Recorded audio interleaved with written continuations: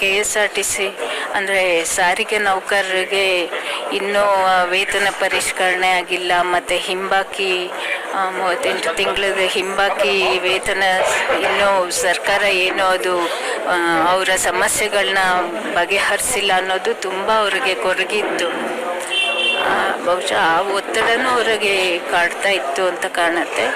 ಮೊನ್ನೆ ನಾನು ಶನಿವಾರ ಕೂಡ ಡಾಕ್ಟರ್ ನಿಮಗೆ ಒತ್ತಡ ಆಗ್ತಾ ಇದೆ ಅಂತ, ಅವಾಗ ಅವರು ನಗ್ತಾ ಹೇಳಿದ್ರು, ಹೌದು ವರ್ಕ್ ಪ್ರೆಷರು ಏನು ಮಾಡೋಕ್ಕಾಗಲ್ಲ ಅಂತ. ಡಾಕ್ಟ್ರಿಗೂ ಗೊತ್ತಿತ್ತು ಇವರ ಕೆಲಸಗಳು, ಹಾಗಾಗಿ ಅವರು ಕೂಡ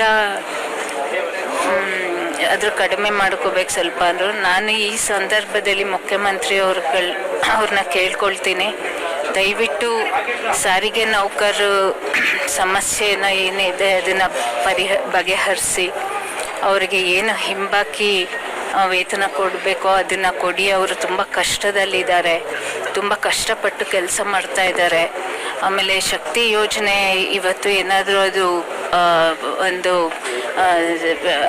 ಯಶಸ್ವಿ ಆಗಿದೆ ಅಂತಂದರೆ ಅದಕ್ಕೆ ಕಾರಣ ನಮ್ಮ ಸಾರಿಗೆ ನೌಕರರು ಅಂತ ಅದನ್ನು ಅರ್ಥ ಮಾಡ್ಕೊಳ್ಬೇಕು. ಹಾಗಾಗಿ ಅವ್ರು ತುಂಬ ಒತ್ತಡದಲ್ಲಿ ಕೂಡ ಕೆಲಸ ಮಾಡ್ತಾ ಇದ್ದಾರೆ ನಮ್ಮ ಸಾರಿಗೆ ನೌಕರರು. ಅದು ಕಂಡಕ್ಟರ್ ಇರಲಿ, ಡ್ರೈವರ್ ಇರಲಿ, ಮೆಕ್ಯಾನಿಕ್ಗಳಿರಲಿ, ಎಲ್ಲ ಸಿಬ್ಬಂದಿ ವರ್ಗದವರು ಕೂಡ. ಹಾಗಾಗಿ ಅವರಿಗೆ ಏನು ಹಿಂಬಾಕಿ ಕೊಡಬೇಕು, ನೀವು ಆ ಸರ್ಕಾರ ಈ ಸರ್ಕಾರ ಅಂತ ನೋಡ್ದಿರ ದಯವಿಟ್ಟು ಅದನ್ನು ಕೊಡಿ ಅಂತ ಕೇಳ್ಕೊಳ್ತೀನಿ. ಹಾಗೆಯೇ ವೇತನ ಪರಿಷ್ಕರಣೆ ಏನು 4 ವರ್ಷಕ್ಕೊಮ್ಮೆ ಆಗಬೇಕಿತ್ತು ಅದನ್ನು ಮಾಡಿ ಅಂತಲೂ ಕೂಡ ನಾನು ಕೇಳ್ಕೂರ.